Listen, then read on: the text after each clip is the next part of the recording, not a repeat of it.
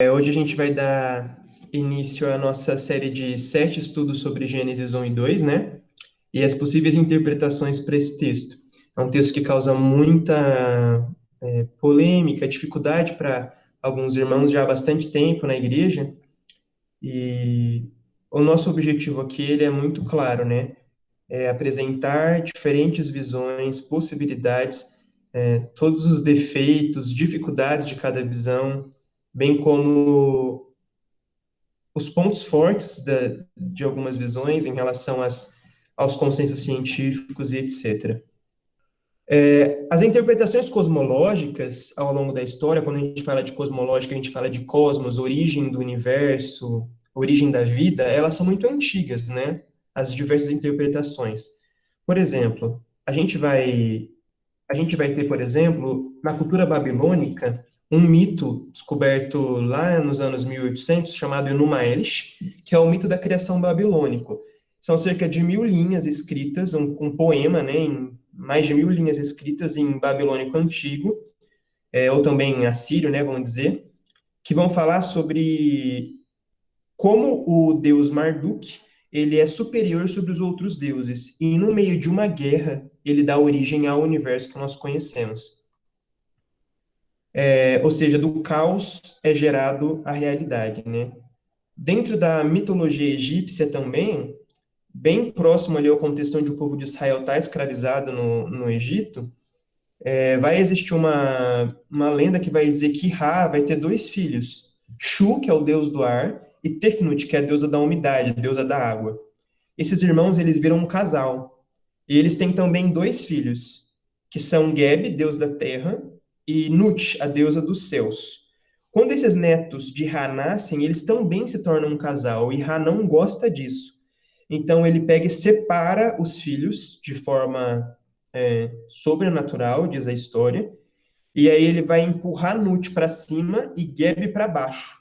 Então Nut se torna o céu, que você pode ver aí na imagem uma pessoa representando um céu, né, um domo, que é a imagem antiga de universo, um céu sustentado por uma outra pessoa, e a gente vai ter a Nut como céu e Geb deitado como terra.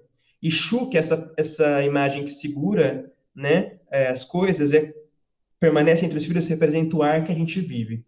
Ou seja, mais uma guerra, mais um caos, uma briga entre deuses que dá origem ao universo como a gente conhece. E aí vão ter a ideia, a história judaica, que vai ser Gênesis 1 e 2, que tem muitas ideias e similaridades até com as outras culturas da época, porém com muitas características muito especiais e muito diferentes dos outros mitos, das outras mitologias que a gente vai estar conversando ao longo dos dias. E eu queria mostrar para vocês algumas interpretações de Gênesis ao longo da história, só para a gente ter uma noção melhor. Essa página é uma página de uma Bíblia, datada de 1400 aproximadamente. Quais são as coisas interessantes dessa imagem? Primeiro Adão, que está aí representado, não sei se você consegue ver no seu celular bem aí, você consegue dar zoom, ele está usando roupas. Ele parece uma figura até meio messiânica, né?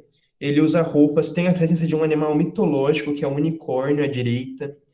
Os astros em cima são representados com personalidade, né? Com o rosto, tem ali a lua com o rosto olhando para Adão. Agora você vai ver aí na sua tela um quadro do Giovanni de Paolo, também da época próxima à pré-reforma, chamada Criação do Mundo e a Expulsão do Paraíso. Ela foi retirada da Basílica de São Domenico, em Siena, na Itália, e mostra Deus criando o universo. Uma coisa interessante é que, ao em volta do que são ilhas e uma terra e rios, tem os 4 elementos do zodíaco representados, e Adão e Eva estão à direita sendo expulsos já do paraíso, né? Então você tem uma espécie de jardim e um anjo expulsando eles do paraíso. Repare bem aí nas imagens, né, na representação de Adão e Eva, como eles estão aí. Agora, no nosso próximo quadro, a gente já vê um Adão e uma Eva com uma figura grega, né? O corpo bem esculpido, isso daí datado de 1500. Dürer, que era um artista alemão, ele é o primeiro a retratar nu em tamanho real. O que era muito chocante, né? A gente viu naquela primeira página da Bíblia Adão usando roupa. E agora Adão e Eva sendo mostrados nus e com uma beleza de corpo meio idealizada, né? É uma representação anatômica muito bom e tem toda uma filosofia, ideia por trás desse quadro, onde cada animal representa um espectro de temperamento do ser humano e no final Adão e Eva são um equilíbrio, porque esse quadro retrataria o pré-queda. Então Adão e Eva são o equilíbrio dos temperamentos, algo assim. Próximo quadro que eu queria mostrar para vocês é de Thomas Cole. Eu gosto muito desse artista. Ele é da escola do Rio Hudson, que é uma escola que mistura o romantismo com o realismo. E dá uma olhada na qualidade do que ele pinta, né? Ele coloca duas cenas muito diferentes. Aí você pode olhar à direita, o Éden com luz, né? Uma presença radiante aí.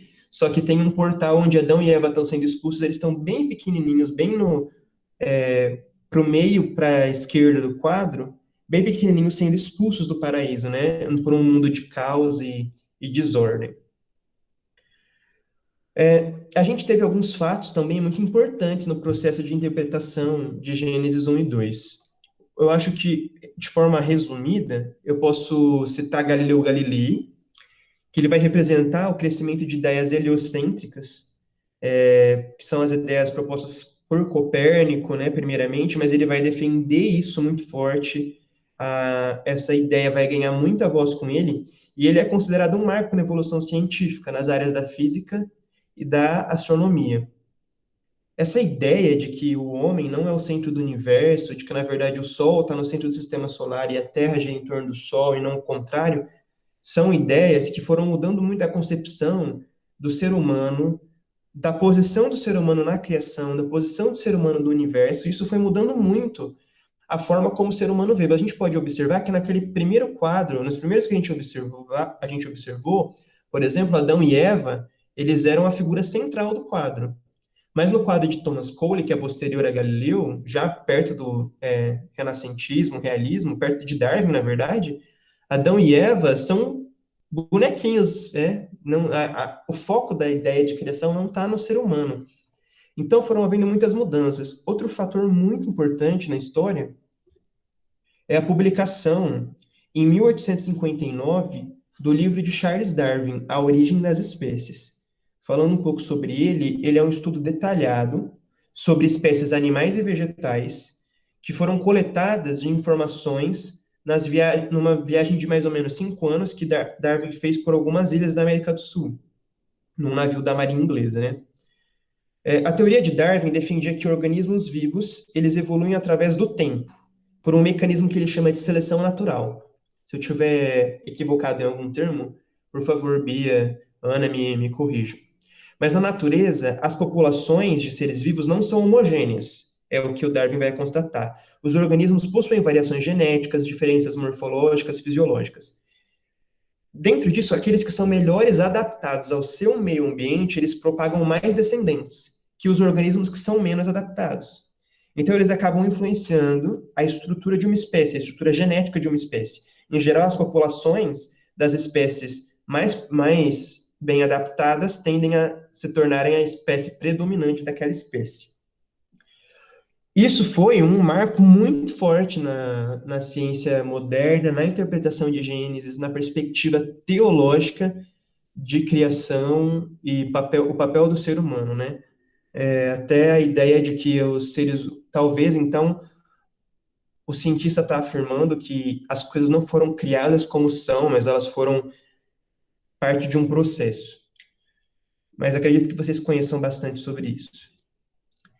Outra ideia muito forte na cosmologia, que já é bem mais próxima de nós, é a ideia da corrida espacial, né? Essa foto é a primeira foto da Terra a partir do espaço, né? Ela foi tirada em 1946, bem aí pós Segunda Guerra Mundial, né?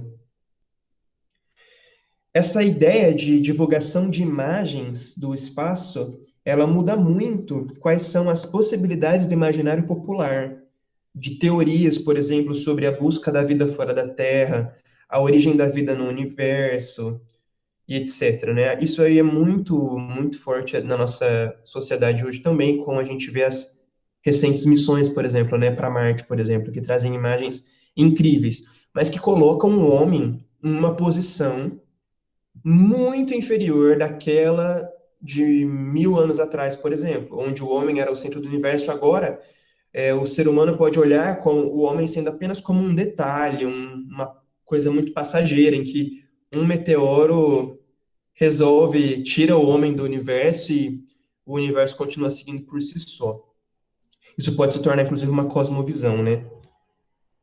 Eu trouxe para ilustrar para vocês um vídeo bem curto, mas ele é um trecho do filme Noé, de 2014, dirigido por esse Darren Aronofsky, né? Não sei pronunciar o sobrenome dele, mas ele é um cineasta que ele não é cristão. Ele foi criado num contexto judaico, porém hoje ele se denomina ateu, né? Ou com uma espiritualidade muito genérica.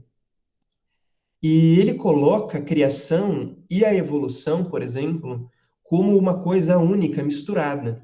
Isso é algo impensável há 100 anos atrás, por exemplo. Mas é o que ele faz no início desse filme. Eu queria mostrar para vocês. Ir para isso, uma joia nas mãos do Criador. E então o Criador fez o homem, e ao seu lado a mulher, pai e mãe de todos nós. Até aí já é suficiente para o que eu queria mostrar para vocês. Eu não sei se vocês notaram, mas é o mesmo ser vivo que vai evoluindo até que ele chega em um macaco, em uma espécie de primata, e aí tem um corte de cena onde esse macaco agora vira. Ele some, né? E de repente aparecem dois seres humanos. Mas, ou seja, é um filme de proposta onde o próprio texto de Gênesis é usado como inspiração, só que a interpretação que o diretor, que o roteirista traz, é totalmente diferente daquilo que a gente está usualmente acostumado a observar. Então já é uma realidade na nossa cultura, né? Esse tipo de interpretação e etc. Agora eu queria propor para vocês uma dinâmica de você entrar no seu celular para a gente falar. A gente falou sobre algumas visões de cosmologia ao longo da história humana. Mas e você, né? No que você acredita? A ideia é que você marque aí de -5 a 5 positivo, dois aspectos de cada afirmação dessa. Primeiro, você vai julgar se ela é verdadeira ou se ela é falsa, de acordo com a sua opinião, sem muita preocupação. E o como você acha que essa informação ela é relevante e importante para a fé. Se ela é muito importante para a fé, você coloca 5. Se ela é irrelevante para a fé, você coloca -5. É subjetivo, tá, gente? Não, a gente não vai fazer nenhuma teologia a partir disso. Mas é interessante para a gente conseguir entender o que a gente tem pensado ultimamente. E essas 7 afirmações que eu escolhi, elas representam visões populares sobre a criação. Então, eu queria que você fosse dando notas. Eu vou deixar 2 minutos para a gente votar, e aí você envia. Quando você enviar, as respostas vão começar a aparecer aqui, mas elas não vão estar identificadas, então você pode ficar tranquilo. No final, o gráfico vai ser montado automaticamente a partir da média das nossas respostas. E vai ser interessante a gente ver qual é a média do nosso pensamento, né, se isso for possível. Mas vamos lá. 2 minutinhos aí para você pensar um pouco sobre essas frases e botar no seu celular, de 5 a -5, o quão verdadeira e importantes essas frases são. Vamos lá, olha que interessante. Primeiro ponto, né? Primeira fala: os 7 dias da criação são literais. Vejam como as nossas opiniões, acredito que vocês estão conseguindo ver, elas se diferem. Tem algumas pessoas, 2 pessoas, por exemplo, colocam como verdadeiro. Mas uma pessoa considera que é importante para a fé, a outra considera que é irrelevante para a fé. Olha só. Mas a maior parte coloca como falso. Não precisamos de um Adão histórico. Olha só. 2 pessoas colocam como verdadeiro. 3 pessoas colocam como verdadeiro. Temos mais um voto aí. Mas a maior parte também coloca como falso. Só que, olha só, existe quase que um consenso de que isso é importantíssimo para a fé. Está aí na nota 4 de importância para a fé. Frase 3. Gênesis 1 e 2 são alegóricos. Todos, teve aí votos falsos e verdadeiros, mas todos também colocam que é importante. Quarta frase, humanos e dinossauros coexistiram. Olha só que interessante. Muitas pessoas votaram falso, mas a gente tem uma, duas, três, três pessoas que colocam como verdadeiro. E duas pessoas marcaram no zero ali. Porém, a maior parte vai acreditar que isso é irrelevante para a nossa fé. Interessante. Frase número 5. Criação e evolução são antagônicas. Três pessoas consideram que isso é verdadeiro, mas o resto considera que é falso. Mas muita gente coloca que isso é importante para a fé.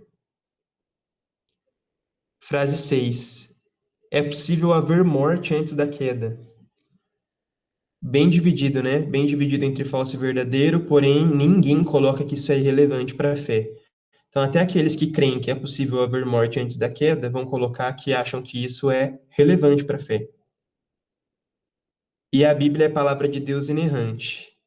Unanimidade. Interessante, né? A gente vai falar sobre isso, porque como pode, né, todos votarem que a Bíblia é a palavra de Deus inerrante, mas em outros termos as opiniões serem tão diferentes,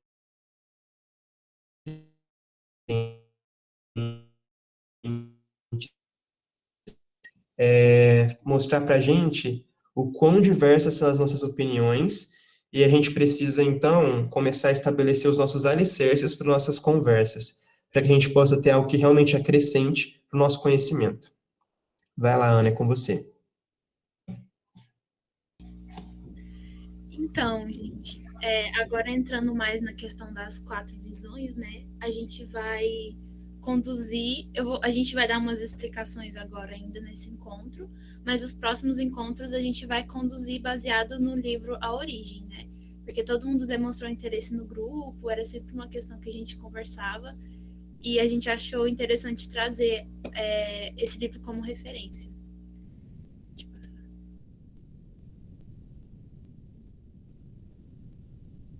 Então, no livro são apresentadas as 4 principais visões sobre a criação. Né?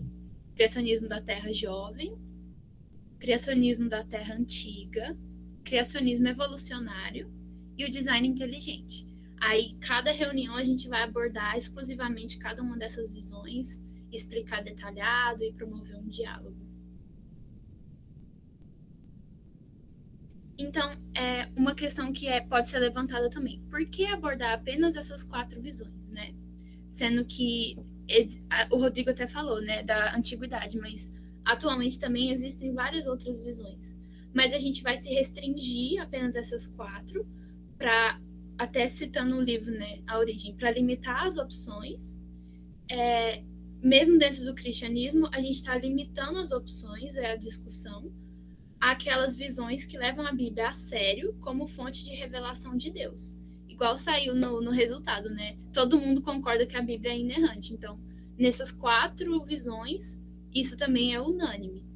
E agora eu vou explicar alguns conceitozinhos que são básicos, mas é importante a gente ter a definição. Primeiro, o criacionismo. Todas as 4 visões são consideradas criacionistas. Tanto que tem nos nomes, né? Só não tem no do design inteligente. Mas todas são consideradas criacionistas. Porque aqui a gente está abordando num sentido amplo, que refere a todo aquele que acredita que Deus é o criador de todas as coisas.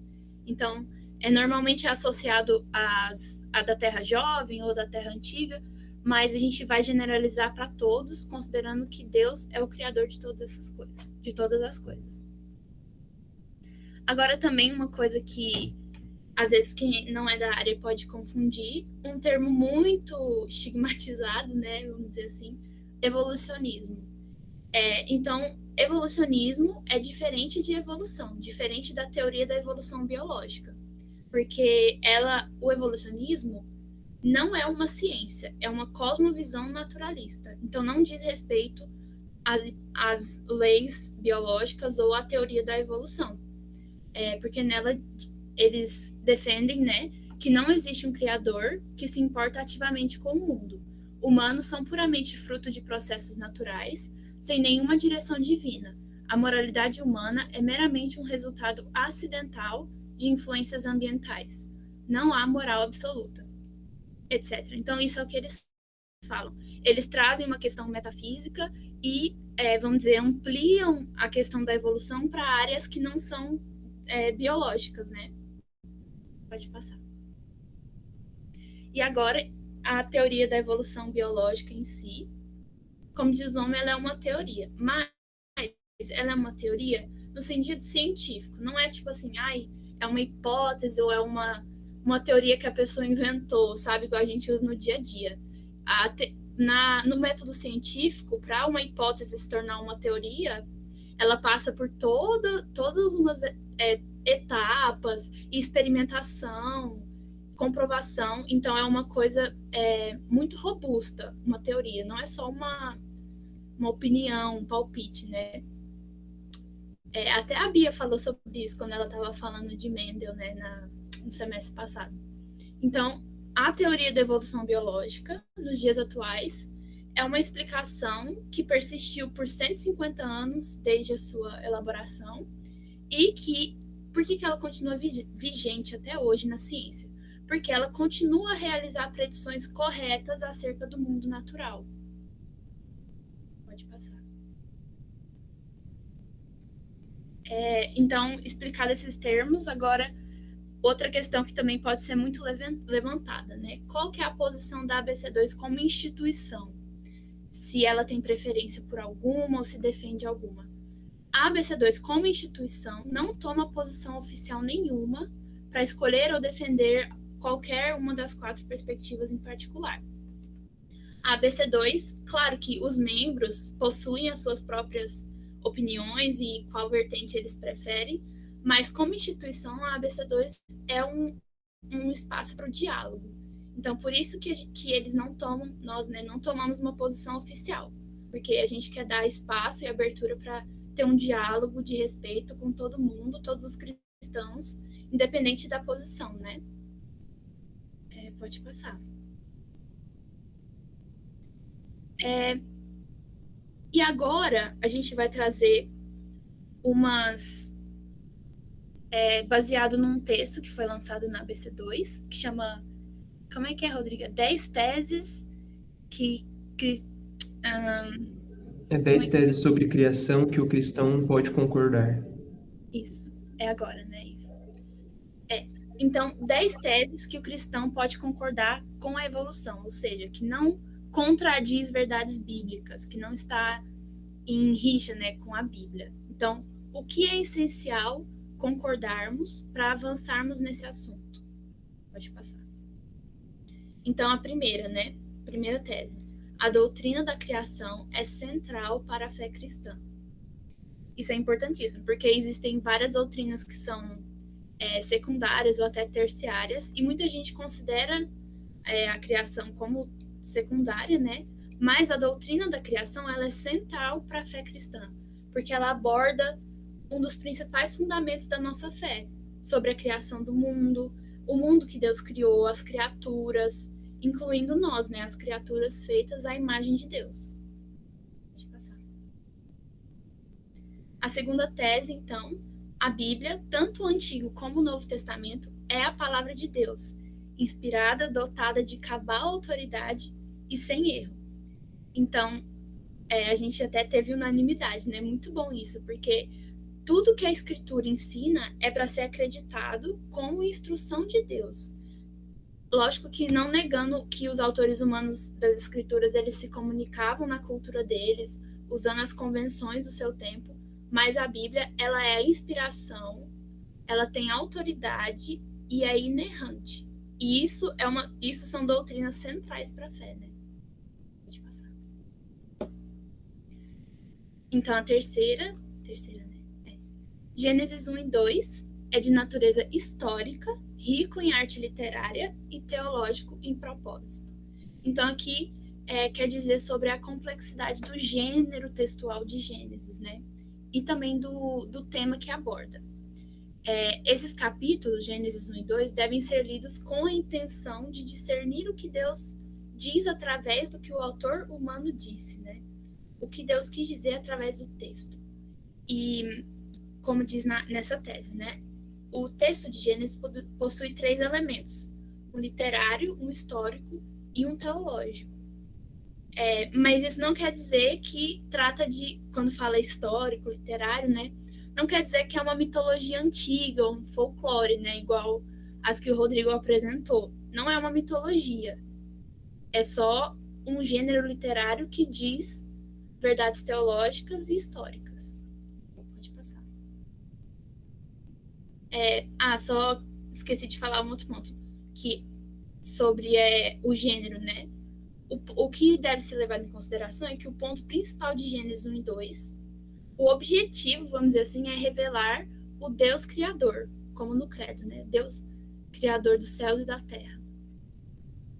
Agora, a outra tese, Deus criou e sustenta tudo.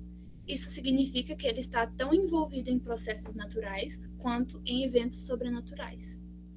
E por isso a própria criação fornece evidências da obra de Deus, né? Como a gente vê em várias passagens. Pode passar. Adão e Eva eram pessoas reais em um passado real, e a queda foi um evento real com consequências reais e devastadoras para toda a raça humana. Isso é uma questão muito importante porque é central para a doutrina da queda e é muito importante para a teologia cristã, né? E essa eu acho que é um pouco mais conhecida, mais comum, né? Os seres humanos são criados à imagem de Deus e, portanto, são únicos entre as criaturas de Deus. Todas as 4 visões concordam com essas afirmações. Agora o Rodrigo vai continuar com o resto. Essa afirmação aqui, não há conflito final entre a Bíblia, corretamente entendida, e os fatos da ciência, corretamente entendidos. Existe aquela metáfora de Agostinho, onde ele vai dizer que a Bíblia ela é um livro da revelação especial de Deus, e a criação é o livro da revelação geral de Deus. Pode ser que você não concorde com essa metáfora, mas ela é bem aceita, né, no meio cristão, ela está inclusive na Confissão Belga, mas esses 2 livros, eles falam a respeito de um mesmo Deus. Então, como esses 2 livros poderiam se contradizer? Os cristãos têm que abordar as alegações da ciência contemporânea com discernimento, mas confiantes de que toda verdade é verdade de Deus. Então, se a ciência ela chega em um consenso, em uma determinação de verdade, vamos dizer assim, de uma nova descoberta, por exemplo, eu não estou falando de evolução, no caso, qualquer coisa, né, que seja verdadeira, a gente pode dar glória a Deus por essa verdade, porque toda verdade provém de Deus. Às vezes, na história, a gente pode pensar que a ciência e a Bíblia vão entrar em contradição, mas isso ocorre porque tanto a Bíblia quanto a natureza requer interpretação. Então, tanto a teologia ela é a interpretação da Bíblia, ela é a ciência da interpretação da Bíblia, o estudo da Bíblia. A ciência ela é o estudo e a interpretação da natureza. E o homem ele é passivo de erro nas suas interpretações. Então, no final das contas, a gente chega à conclusão lá de 1 Coríntios, capítulo 13, versículo 12, que fala que, por enquanto, nós vemos apenas um reflexo obscuro, é o que Paulo vai dizer, como um espelho. Mas vai haver um momento onde a gente vai ver tudo da forma como realmente é. Então, a nossa visão, a nossa interpretação, ela é realmente falida. Não realmente foi afetada pela queda. Entretanto, a Bíblia, a palavra inerrante de Deus, e a criação, elas falam a respeito de um mesmo Deus, né? São obras de um mesmo Deus e refletem esse mesmo Deus. Outra afirmação, penúltima, é que os cristãos podem diferir, e de fato fazem, a gente viu no nosso gráfico, em sua avaliação dos méritos das várias teorias científicas das origens. E aí eu acrescentaria aqui a minha parte, que isso não é um grande problema para nós. Então, alguns cristãos acreditam que Deus criou o mundo há vários milhares de anos. Outros vão acreditar que Deus criou o mundo há bilhões de anos. E eles veem isso como uma leitura clara das Escrituras.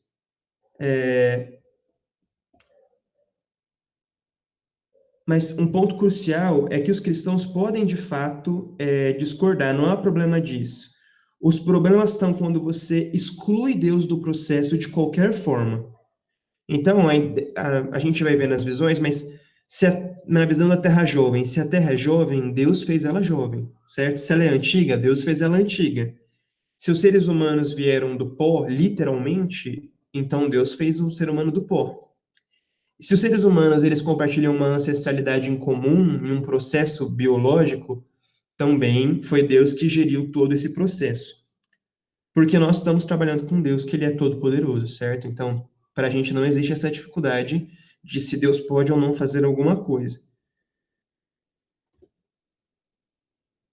A penúltima afirmação, antes da gente concluir, é que os cristãos devem estar bem fundamentados no ensino da Bíblia sobre criação, mas devem sempre manter seus pontos de vista com humildade. Isso não é a respeito do conteúdo em si do debate de Gênesis, mas é um reconhecimento de que esse assunto ele é tão complexo e ele é tão cheio de incertezas da nossa parte, das interpretações, das nossas falhas de interpretação, tanto da palavra de Deus quanto da ciência, que a gente não pode se apegar a nenhuma das visões com orgulho em detrimento de outra. Porque nós temos que amadurecer a nossa capacidade de nos engajarmos nas conversas com aquelas pessoas que pensam diferente de nós. Isso é um sinal de maturidade cristã. Depois a gente vai afinando, né, nosso pensamento, vai melhorando na nossa interpretação, com o peso a gente dá para determinadas afirmações. Isso é significativo, mas a gente precisa estar muito aberto e muito maduro a receber opiniões muito diferentes da nossa. Na prática, a humildade e o desejo de preservar a unidade do corpo significam respeitosamente ouvir as opiniões dos outros. Isso também significa não se agitar com uma mudança de opinião, ou tentar impressionar os outros com as suas próprias opiniões. Afinal de contas, nós não vamos resolver esse dilema na nossa série, né, de conversas. Qualquer tipo de animosidade quanto a isso, se não for bem trabalhada, ela acaba sendo uma infantilidade, né? Não reflete aquela maturidade que nós temos em Jesus Cristo. E por fim, pessoal, antes da gente abrir para ver se alguém quer comentar alguma coisa, eu gostaria de concluir com uma frase do texto do Todd Wilson. Esse texto está disponível lá no site da BC2, gratuitamente para quem quiser ler, que ele vai dizer assim: tudo na criação encontra sua fonte, objetivo e significado em Jesus Cristo, em quem toda a criação será renovada e redimida escatologicamente. Então, no final das coisas, a criação, ela, em última instância, ela existe para Jesus Cristo. Ele é a fonte de toda a criação, ele é o seu objetivo e ele é o seu significado. Isso é mais que filosófico, isso é prático. Em Colossenses 1, a gente vai ler assim: ele é a imagem, falando de Jesus, ele é a imagem do Deus invisível, o primogênito de toda a criação, pois nele foram criadas todas as coisas, nos céus e na terra, as visíveis e as invisíveis, tronos, soberanias, poderes ou autoridades. Todas as coisas foram criadas por ele e para ele. Ele é antes de todas as coisas, e nele tudo subsiste. Então, Deus, ele é o próprio telos da criação. Jesus é o próprio telos da criação. Ou seja, ele é o objetivo da criação. E também é no próprio Jesus Cristo onde a gente vai encontrar a redenção dessa criação. Vai haver um momento onde essa criação vai ser totalmente redimida e vai ser renovada por causa da obra redentora de Jesus Cristo. Porque lá em Efésios a gente também vai ler, Efésios 9, 10, que o objetivo de Deus, né, a vontade de Deus, foi estabelecida em Jesus Cristo, que é fazer convergir em Cristo todas as coisas, celestiais ou terrenas, na dispensação da plenitude dos tempos. Então, o nosso objetivo e o desejo do nosso coração é que, de fato, todas as nossas conversas glorifiquem a Deus e que o nome de Jesus Cristo seja, de fato, o nome principal do nosso pensamento, da nossa discussão, porque ele é a fonte, o objetivo, o significado e quem vai redimir toda a nossa criação que a gente tem falado.